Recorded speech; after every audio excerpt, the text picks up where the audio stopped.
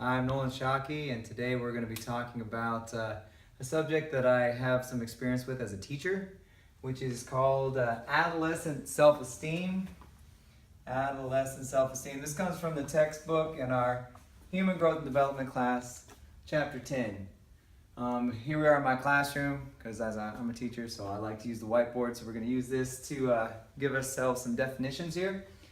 We're particularly going to talk about self-esteem stability because this is something that I see a lack of in my classroom with a lot of my students.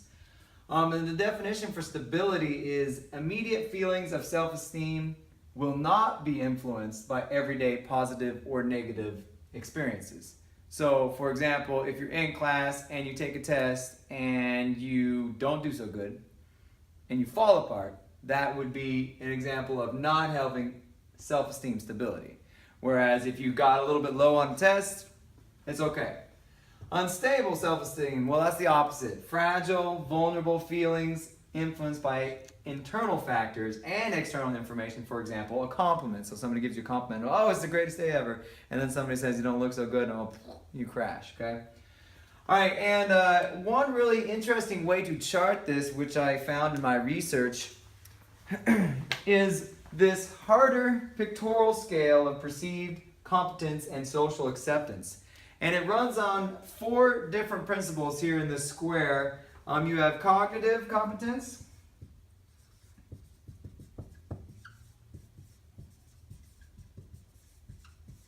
so this would be, does the kid have the mental abilities to be able to perceive themselves in a positive way? That would be cognitive competence. Then you have physical competence.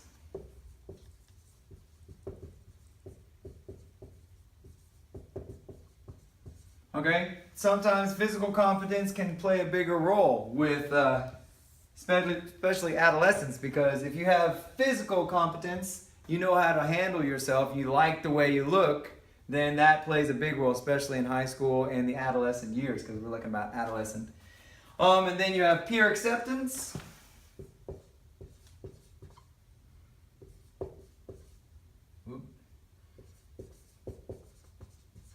So this is how well you like by your friends and other people in school.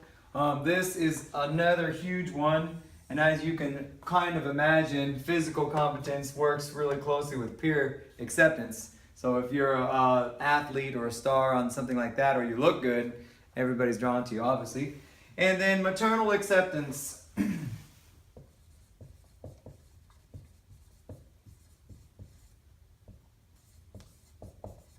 Keep messing up on those E's every time. Okay. Maternal acceptance. So the acceptance that comes from the mom.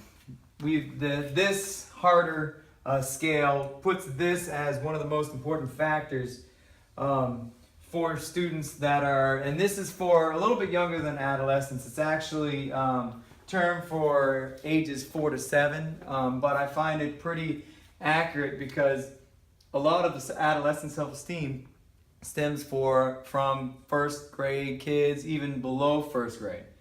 So the last thing I want to talk about is global versus earned. This is kind of how we're going to finish today.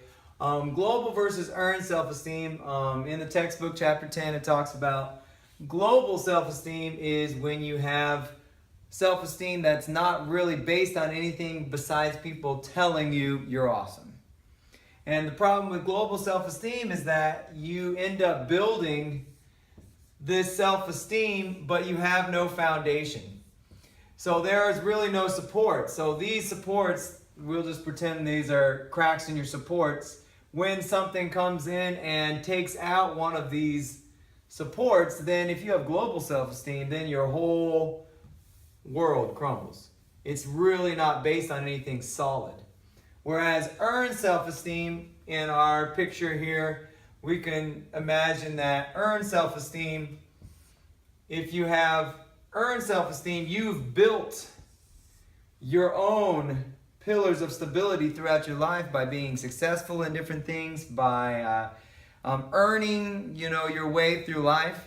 And so these are solid pillars through, work and school, and even play, you've learned to earn what you believe in yourself, so that if something happens, and something happens at work, and this pillar is gone, these are still strong, and you still have a solid self-esteem foundation. So global versus earned. And in my classroom, I see that every day. Unfortunately, I think in society nowadays, we have this overwhelming need to tell our children they're amazing and not force them to earn things. And in the classroom, we earn things. So in the classroom, as a part of adolescent self-esteem, I try to help my students earn self-esteem by doing good in school. Even if it's not an A, maybe that's the best they can do.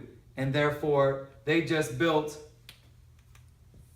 a little pillar here based on, well, that was work, but their school pillar maybe got a little bit stronger. And so if their home pillar or their work pillar or their friends pillar is weak, then their school pillar maybe will hold up the earned part. So that's kind of my theory and what I use in my classroom for adolescent self-esteem. And I hope this brought some new information to you. Thanks.